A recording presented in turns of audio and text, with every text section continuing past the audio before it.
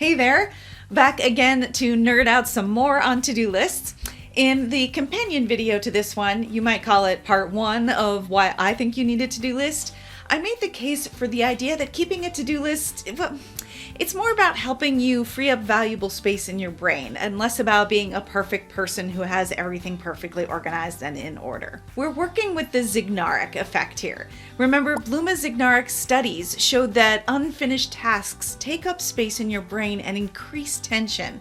So getting things out of your head and onto the list helps free up memory, reduce tension, and potentially even helps you avoid overwhelm. With that freedom, you get to cogitate, decide, learn, think, create, go to town on all the stuff your brain is best at. A couple of days ago, when I was filming part one, I actually filmed a little bit on the various reasons why you might not love to-do lists or you think they aren't for you. So I walked through maybe some, objections or hang-ups or stumbling blocks you might have had with to-do lists and try to kind of help you get over them a little bit. So let's cut to that and, I'll meet you back here in a minute.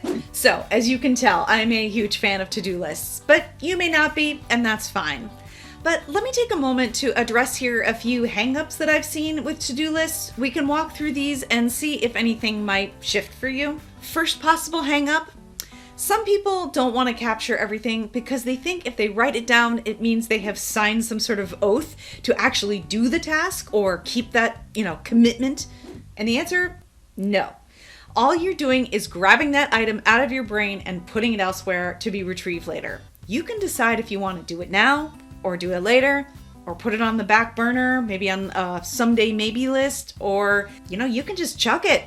But in any case, it's out of your brain and off your mind. Another possible hang-up, some may find that the whole thing just takes too long or it kind of feels like it might take too long. And yes, the initial setup of your to-do system can be a bit time-consuming. But if your brain needs the relief from the memory clog and the tension, it will be worth it. I think it will pay you back in time in the end. And once you set it up, it will go faster. Now, of course, I won't lie, it does take maintenance. Your to-do list doesn't populate itself. But over the years, I found that I've gotten into a rhythm with it, and that makes it go pretty quickly. And, I'm kind of addicted to its results. So the time is definitely worth it to me. I'm so addicted that I've actually found the upkeep is actually soothing to me. If I ever get in a tizzy about all I have to do, I just sit down, I do a brain dump, I process my captured items, organize my lists, and I'm ready to roll. Another possible hang-up? You may think that having a to-do list means you aren't allowed to be spontaneous or follow a random path. Au contraire. You do you. Take flight. Go where you want to go. And when you come back, your to-do list will be there waiting for you. After your trip, you can revisit the list, and if there's some stuff on there that's no longer relevant, no problem. Just chuck it. Another objection? Some may say that seeing their list all in one place is just too much. They resist. They don't want to see it all in one place because that is actually what feels overwhelming. In response, I say yes, that can be painful. But getting it all down and in front of you is the first step in facing the fact that you have too much to do, and that some stuff just needs to be set aside or delegated. Trust me, I spent years trying to do more than I could actually do, and let me tell you, it just can't be done. So seeing the reality of it, seeing the specifics, will allow you to make a real plan about how to deal with it. Another hang-up? Maybe you've had a to-do list system in the past that wasn't suited to your needs and it did you wrong. There are tons of to-do list systems out there and it's hard to pick the right one. It's easy to be tempted by the siren song of the latest app, but in reality, it takes some time to find or develop a system that works for you, whether that's prefab or homemade. And if you insist on nailing it right away, you'll be frustrated and think that it's not working. And I say give it another try, but this time make it your own. Reflect on what's working and what's not and tweak it, change it up, fix it, make it your own. Here's another possible hang-up. You may have a poor relationship with your to-do list. There was a time in my life when I felt like my to-do list was actually kind of yelling at me. I felt oppressed by it. But I did some work on myself and I realized that I had associated accomplishment with my sense of worth as a person. I had equated recognition for achievements with the human desire to be seen for who we are. And that's asking my to-do list to do more than it should. It's just there to remind you, not to raise the stakes to the point where your happiness depends on accomplishing everything on it. You may have your own, relationship issues with to-do lists. I'm just offering up my own as an example here. In any case, if this is you, consider finding ways to decouple the baggage from the tool so you can take advantage of the keen thing that we call to-do lists and leave the rest behind. Another possible hang-up, some of you might be saying, hey, I actually want that tension that Zignarik was talking about. I like it when what I'm working on is rumbling around in my brain. And if that's the case, sure, if it ain't broke, don't fix it. But let me suggest that there's a difference between wanting to muse on ideas and, the future, the content of the chapter that you're working on, and letting the tasks that you need to execute rattle around in your brain. On the matter of the value of keeping the content of your creative projects in your head, turns out Socrates would agree with you. He argued in the Phaedrus that writing things down kind of reduced them to a facsimile of themselves. I'd known about this before, but I wanted to research it a little bit, and in reading up on it, I actually found that Hemingway held a similar view. Apparently, he lost a suitcase full of short stories, and they were lost forever. Since they were out of his brain, they were gone. Lesson there, back up your hard drives, people. But in my mind, these exceptions of Socrates and Hemingway, they prove the rule. These guys wanted to not write things down so they could keep working on the important stuff in their head. But that didn't mean they didn't write down their grocery lists. Do you suppose Hemingway kept a grocery list? Do you think he did his own grocery shopping? Welcome back.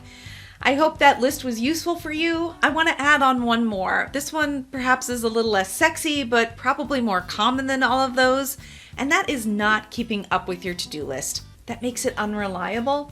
And when it's not reliable, it becomes less and less useful. And when it's less and less useful, you're going to use it less and less. And with that, you're back where you started. Except maybe even worse, because some of the stuff is on paper and the rest of it's in your brain, and that feels really chaotic, and no wonder you don't like to-do lists. So it is going to require some effort. How much? Well, keeping up with your to-do list perfectly populated all the time, that's just not realistic. I think you gotta kind of find your Goldilocks zone. For example, I'm an inbox 0 kind of gal, and I'll tell you, my inbox actually only gets to 0 maybe a few times a month, but the whole system is under control enough to do the trick. I keep up with it in a way that ensures that I'm reminded of what I need to do, and it's easy to choose when to do it. I have multiple ways to capture open loops as they float by my radar or burble up in my brain. I frequently, if not exactly on a precisely schedule, get those captured items off of my capture tools and into my to-do lists.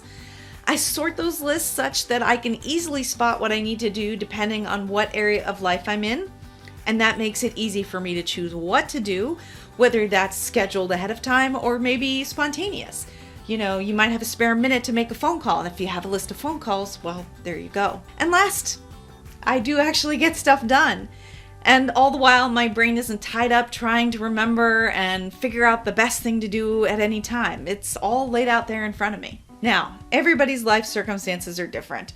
Of course, some of you may be working on long-term projects that require multiple action steps, and others of you may only have tasks that you need to get done on kind of the daily level, like call Aunt Lucy and pick up the laundry. And some of you may be dealing with project management or other software tools at your job that do some, but probably not all of your task management for you, while others of you may be totally free to choose whatever tool works for you. And of course, some of you may love pen and paper, while others of you want electronic-only solutions, or maybe even a hybrid of the two.